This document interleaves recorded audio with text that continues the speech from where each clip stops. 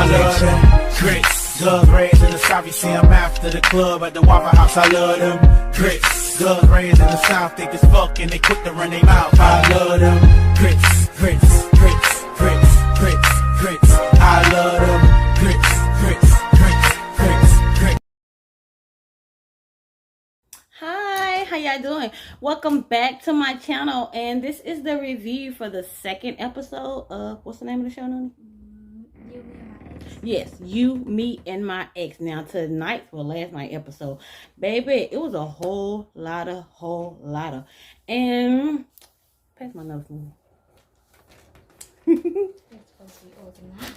I know, I do supposed to be organized. Okay, so we're going to get into the show. First of all, the second episode was very, very, very, very, very, very, very goddamn entertaining to me.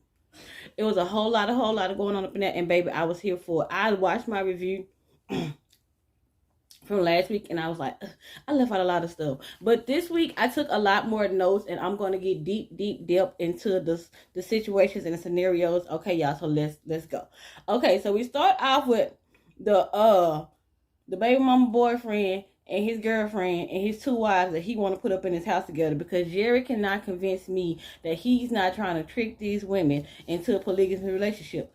I don't give a damn what he say. Number one, he could clearly see that these women are uncomfortable in the situation, and really, he don't give a damn. So let's get into him. So we start off, Kaylee, she's admiring the house, and she's talking about how she loved this and how it's so this and it's so that, and then she's telling y'all the real that she is about to go crazy in this goddamn house because this house is so cluttered, and she got OCD. Now, Jerry admits, but we all knew that he put that gun in his damn closet so he can creep up in there in the middle of the night and go bounce on her in the closet, but that's neither here nor there. My child right there, y'all, in the background. Don't pay her no mind. Yeah, so he admitted that he wanted to bounce on her during the night, and that's why he put her in the closet, and he said it'll be a little inconvenience for them now because she is downstairs in the basement next door to his 21-year-old son.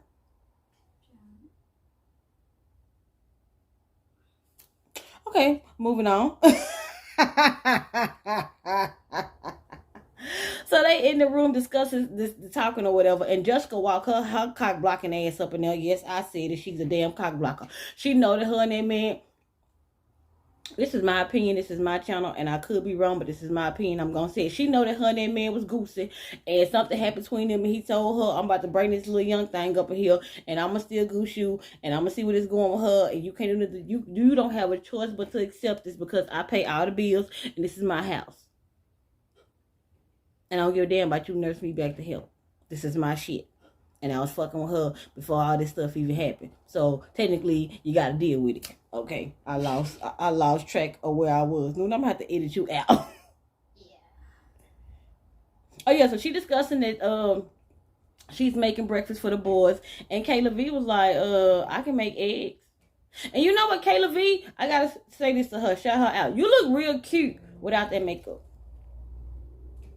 You probably say the same thing about me too, but you look real cute without your makeup. Jessica says she's not making Kayla V any breakfast. And then Kayla V describes her schedule. She tells us that she on OCD, that she wake up every day at 4 o'clock in the morning. What she do throughout her day, she have these little alarms that remind her to do what she's supposed to do throughout the day. That's what she said, y'all. That's what she said. So then Kayla V get on the phone, her homegirl, and she tell her homegirl, you remember how I told you this was some bullshit? Oh, baby, let me tell you, this is some real bullshit. This is a whole lot of bullshit going on. You know, me thinking that I'm about to come down here and live with my boyfriend and his ex-wife and they 4 kids. You think that I will sleep in the bed with him, right, homegirl? No, baby, no. I'm gonna sleep in the closet. Oh, well, he thought I was gonna sleep in the closet, but I'm gonna really go sleep downstairs in the basement or in the game room next door to his 21-year-old son. Yeah. And I don't know how I'm going to get the fuck up out of this. But we're going to see. Moving on to the next episode. Because I'm going to let y'all know right now. Kayla V ain't even here for this. And she ain't even finna play with Jessica. It's about to get real with them in a minute. And I'm telling y'all that right now. So Jessica feel like everything gets mellow and that Kayla V coming in, the energy is just bothering her and it's shifting her and it's just draining to her. When I'll actually Alice said, baby, you is making yourself go crazy because you still stay there with that man and he done brought that little girl up in there. He gonna be goosing on both of y'all. And you done came down there. No, this messed up too, because you really came down there to help him rehabilitate himself, and y'all probably in the midst of all that, y'all probably felt something that y'all thought was gone, but it happened to still be there. Then he hit you with this oops upside your head. Oh, I got a little young thing, and guess what? She come to stay with us, and I'm still do my thing with both of y'all. He cannot convince me he's not trying to put them in an unofficial polygamous relationship. Jerry and Jessica is in the kitchen. And while they was in the kitchen, he put some in her mouth and was feeding her. And she thought that was real fucked up. And I thought that was fucked up too. But it ain't my house and I don't pay the bills. Another thing happened. They sitting down on the table. They sitting down. And while they sitting down, Jessica then brought her little skinny ass over there and sat on that man's lap.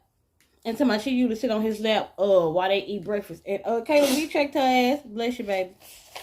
Kayla V checked her ass. But you could tell that situation like this right here is not going to turn out right at all. Like, it's no way it could turn out right, because number one, them women don't like each other, and they don't have what they is put in a house where they gotta coexist with each other, and they gotta be all right with the all right and mess with each other, and they really don't mess with each other.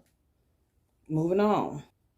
So Jerry said that after a rough night and a tense morning, that everybody wanted to sit down, and he wanted everybody to sit up and play game night to break the ice. He called Jessica into the room. And he's surprised that she don't want to come out for game night, because that's something that they always enjoy with their kids. Yeah, that's something that y'all always enjoy with y'all kids when your girlfriend ain't there.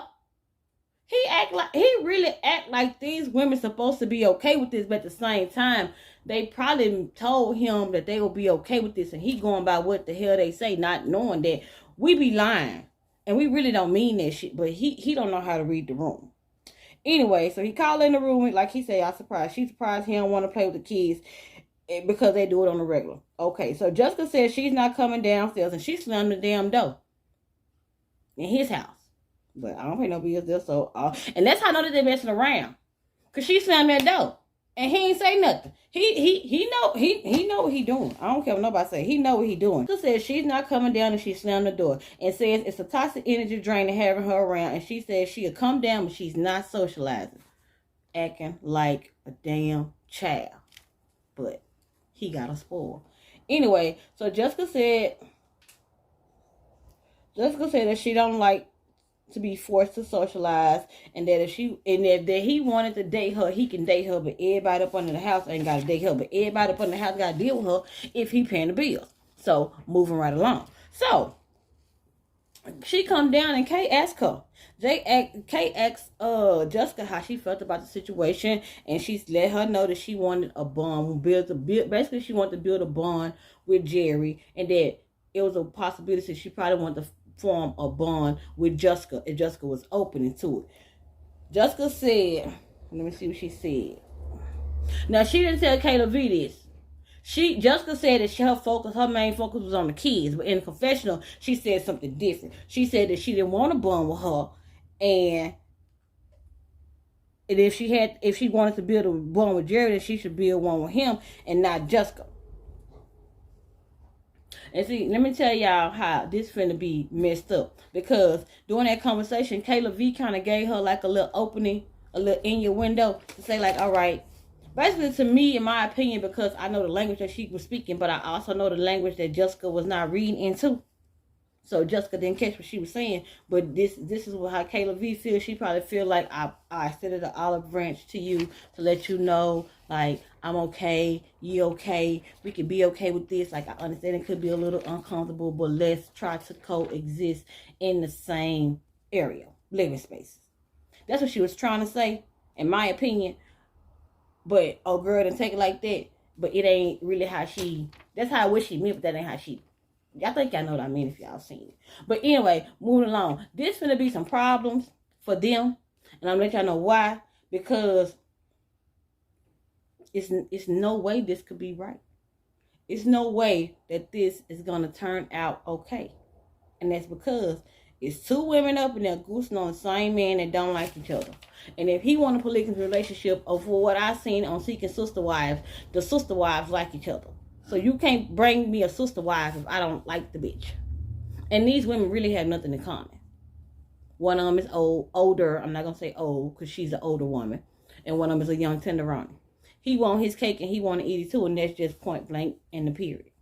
Okay. Moving right along. So, after Jerry, Justin, and Kayla V, y'all, we be some bad motherfuckers. And I'm sorry, I just gotta introduce them because, y'all, these are some bad motherfuckers. The first time I was watching, I actually had to watch this show a couple times.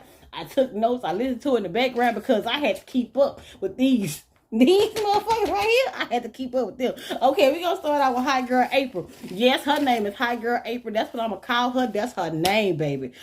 Oh, baby, Hot Girl April, she been busting open since Juvenile and Cash Money took it over for the 99 and the 2000s. Once I started telling y'all about April, y'all gonna understand exactly why I said this about April. April explains to us that she's a military wife, that her and her second husband, Roy, have a 14-year-old son, and that Roy also helped her raise 2 other children from relationships. And we also find out that when this will tell y'all how April, y'all know April about to be a hot girl. Because when April first got with Roy, she was dating Roy's friend. That's exactly what she said. When she met him, she was dating his friend. They met at some type of trucking, a mudding place where they be doing that mud and that trucking. And that his truck and his tire almost ran into her. And that's how they met. And he said when he first met her, he was completely in love with her. And when he first met her, he knew he proposed to her because he was about to get deployed for 6 months and he didn't want nobody else snatching that up. Lo and behold, really? Is that the story? Well, moving along. I'm going to tell y'all why that shit is funny to me in 1 second. Okay. So, Roy and her is on the way home. They driving home and she got a whole list of stuff that she want Roy to do. She want Roy. What she want him to do? She want him to do the baseboard. She want him to redo the bathroom and she want him to redo the kitchen. Then Roy informed us that is something that the honey do and that he ain't the honey do. Basically, that's something that your honey should be doing and he ain't your honey. And that's when we find out that April is married to this man named John. And then Roy says she quote unquote traded him in for the neighbor named John. See a pattern? You see a pattern? Hot Girl April don't give a fuck. Hot Girl April don't give a fuck. John was the next door neighbor. He lived next door with his wife Lauren. And then John and April got it together. When John and April got together, Roy moved 4 houses down. And after Roy moved 4 houses down, y'all ain't ready for this. Y'all ain't ready for this. Y'all ain't not fucking ready for this. Lauren moved 8 houses down with their kids and her friend Heather.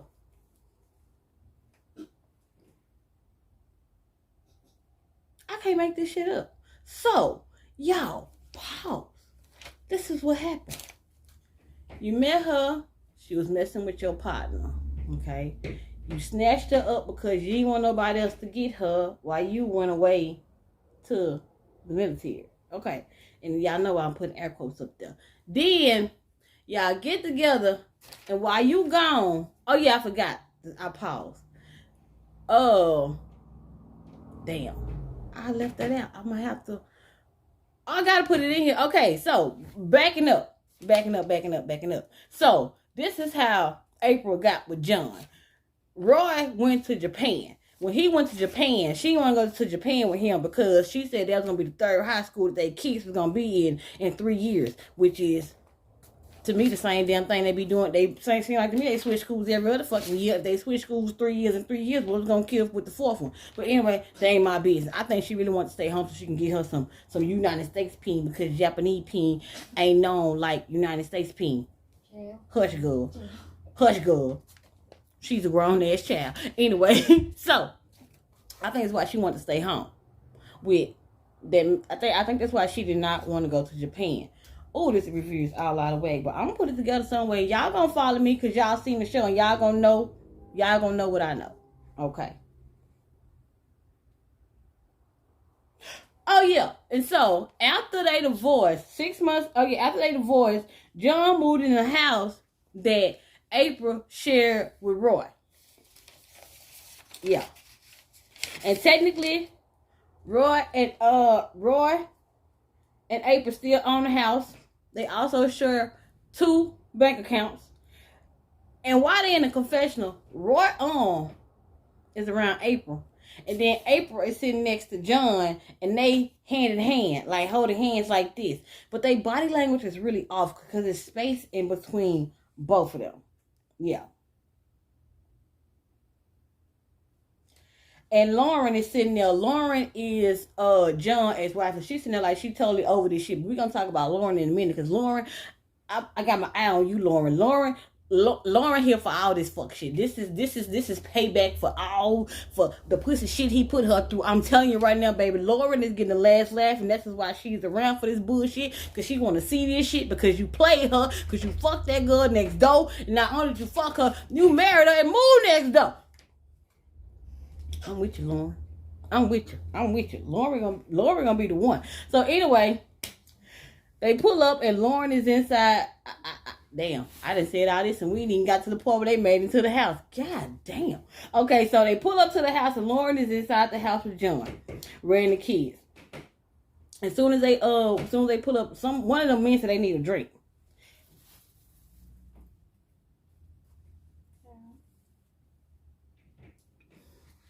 You know what? And that's when they brought up, I can say it now because I wasn't telling the story out of whack. That's when they just brought up about everything that happened in Hawaii and how this stuff happened. Okay. So y'all, let me tell y'all. So Lauren said that the marriages was in vulnerable stages when they first met. That's Lauren's way of saying whatever. That's a politically correct thing to say. Lauren ain't here for that bullshit.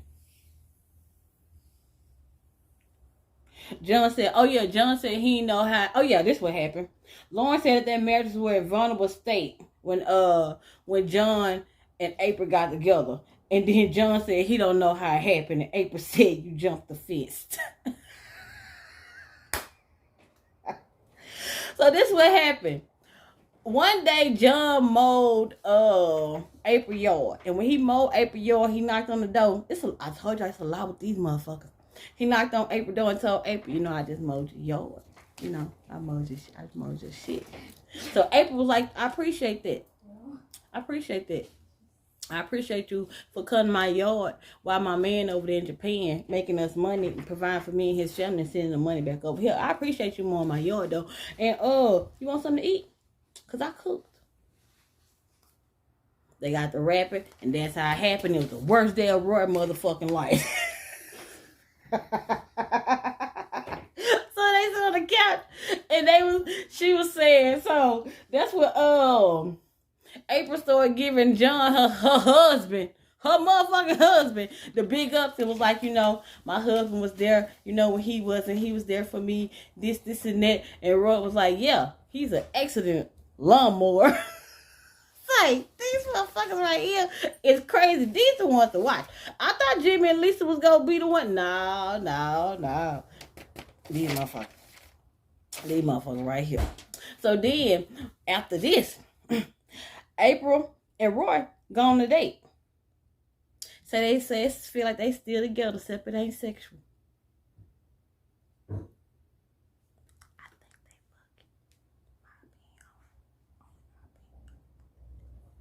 They was gone for 8 hours, but we ain't finna go there. Okay, so she said everything's sexual. They travel together. They stay in the same they stay in the same hotel room. Now let me tell y'all something. That right there is, well, if I was Roy, I wouldn't even play that. That's drawing the line. It's called boundaries. You already here. I already live in your house. My wife tied to your bank account. But I mean, at the same time, if you still living in the man's house and your wife still got money in the bank account, hell, I guess you might as well can spend the night with him. Hey. This ain't my life. This their shit. They getting matching tattoos of the coordinates of where their son was born. And she said she didn't tell John because sometimes it's better to ask for forgiveness than permission. And that's why her motherfucking name is Hot Girl April. If that ain't a word, They get back to the house and the confession goes to Lauren. And Lauren brings up how it was so hard for her at first looking at other co-parent, and them having healthy co-parenting relationships. But then she see her man and his new wife slash neighbor slash supposed to be my homegirl. And she say how that could have been her. She just couldn't even imagine it being her a couple of years ago. She said, but she made the best out of a toxic situation. And so when April told her that her and Roy was going to get matching tattoos, she had to be there to see the look on John's face. And that's why I fuck with Lauren. I don't know. In this situation, I'm feeling the way in this situation because April is thugging. Like, April got a boyfriend and a husband on the side. I ain't lying. Real shit. And Lauren, she just here for the fuck shit. Like, you play me. I gotta watch this. I gotta see this shit. I'm gonna be here. I'm gonna be at y'all house. Sitting on, I'm gonna be at all y'all house. Cause technically this all y'all house, except mine. I'm gonna be at y'all house, eating y'all cheese and crackers, and watching you sit up there and make your goddamn husband go crazy. They walk in the house. This is another reason why I fuck with Lauren. They walk in the house and April was like, did you think we ran away? And Lauren was like, secretly hopeful.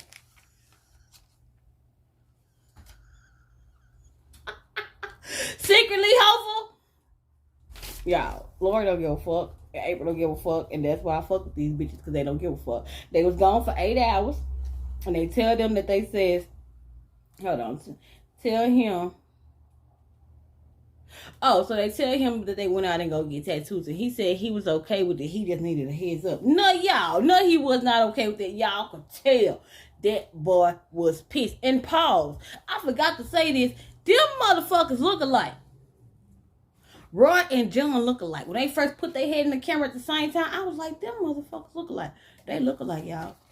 I wanted that Roy homeboy who the other dude who April used to go with. I wanted their favorite too. I'm just curious. I just want to know. Oh yeah, so then he's coming. He says he was okay about it. He just need to get a heads up, and you can tell he's pissed. He says it's no secret how April feels about Roy. It's no secret how he feel about Roy too.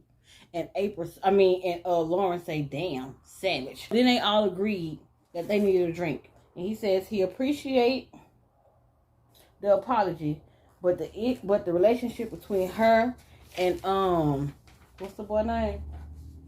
Roy is becoming an issue. And let me tell y'all how this finna go. Roy don't live there. Y'all remember they picked him up from what's his name? Roy don't live there. He come to fuck shit up and leave. But at the same time, John, you allowed that shit. You been allowing that shit to go on forever. And April, she just get what she want. Like, it's no secret that April gets what the hell she want. And Lauren is over there enjoying John drowning his misery, because you really thought the grass was green on the other side, and you would turn into a whole goddamn. That's neither here nor there. We're moving right along. All right, and we got to my last week's favorite. We got Lisa and Jimmy. And Lisa said she thought after the conversation that she had with Jimmy, she thought that they wasn't going to be able to go on the trip. She thought that her and Jack was going to be able to go along. She said, but they smoothed things over and came to a compromise that they won't go into much details about the divorce, more or less the bigger picture. She still thinks this road trip is a good idea.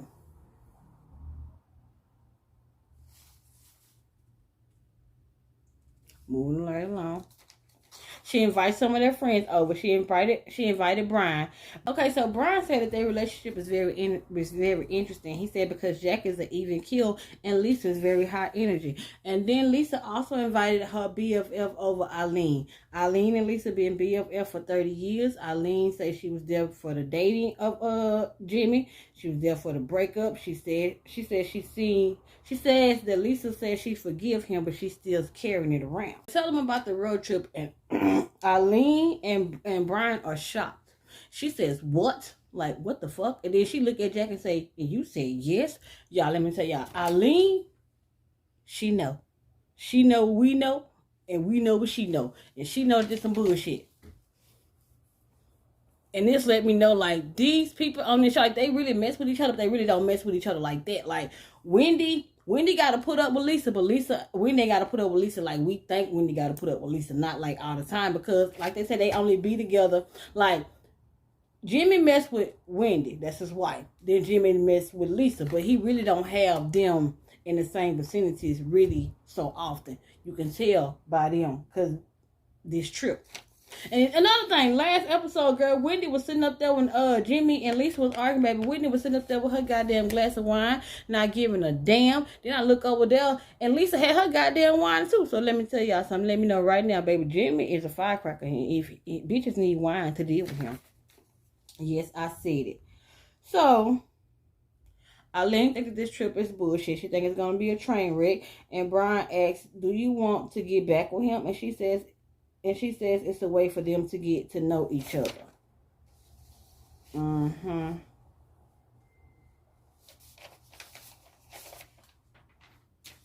Moving along. Okay, so we get to Caroline and Alex. And Caroline and Alex is in the car now on their way to Caroline's family house for the Friendsgiving. And on the way over there, they discuss how they wish Stephen was coming. No, why the fuck they wish Stephen was coming to Caroline's family Friendsgiving. But that's neither here nor there. And that's not my business of my life. So they discussing Stephen coming to the Friendsgiving. Then Caroline bring up the fact that she don't like how Stephen and Alex be all touchy feely.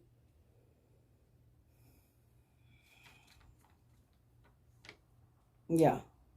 And then she also brought up what people had to say about her dating Alex, how a lot of people assumed that, you know, he was a gay man and that he really wasn't into women. And then her cousin even, someone later on in the episode brought up the fact that, like, he's always going to want to go, basically he says he's always going to go back and want that itch scratched. That's what he said, I think. So they discussed what people had to say, and we got introduced to Lydia, Caroline's sister, and Lydia says that she was skeptical at first, but Alex brought out a moving and compassionate side to her, and she thinks that they're great together. My big sister wouldn't definitely say no shit like that, but that's not my sister. That's her sister. And then we meet Robert, who was Caroline's cousin, baby, and Robert was throwing shade from the front door to the back door to the floor. Baby, he did not care. He walked up, he said something to them about being late, said they was hungry because they was late, brought up something about the man outfit, said it was rose gold, they talking about another color, baby. They over there arguing about shades and patterns and shit like that, baby. Do y'all thing. Then Robert saying that it's obvious that Alice is a twink. His words, not mine. I don't know if that's offensive or not, but his words, not mine. Y'all can go back and see. That's what the fuck he said. That's not what the fuck I said. But that's what he said, and he said he told both of them how he felt. So they having a Friendsgiving, and everything's going okay. Then Jessica comes. Jessica is Alex's sister. Yeah, Alex's big sister, older sister. And she's on she's the only person who's ever met Caroline. And it's very odd considering him and Caroline been dating for 2 years. I wonder, do they live together? They can't live together. I don't think they live together. Because if they live together, I'm pretty sure your mama and your family be coming over your house, but that's neither here nor there. We're gonna find out later on. So Jessica said that when she first heard about him and Caroline, she thought it was a prank. And she's on FaceTime doing that. She's on FaceTime with Steven at Caroline people's house. And let me tell y'all something about Jessica. She reminds me a lot of me. That's some shit I do when it comes to my siblings. I don't know. Like, on TV, she's giving me bitchy, but I gotta be honest and say that's some shit I do. That's honestly some shit I do. Now that one no shit. That's not no shit I do at her people's house. But if we was at my house or in my comfort zone, yeah, I most definitely say it. Like, she let it be known. Like, she don't fuck with Caroline. Like, Alice was asking her to care. Jessica was on the phone. Steven telling Steven how she got married, but she ain't had no wedding, and how she wants Steven to walk her down the aisle, and that Caroline can't even be no goddamn bridesmaid. Yeah. And Caroline says that the relationship between her and Steven's family that they done. She said she don't understand the perspective of their relationship from Steven's family, and that's my opinion, only my opinion, because Steven's family know that he is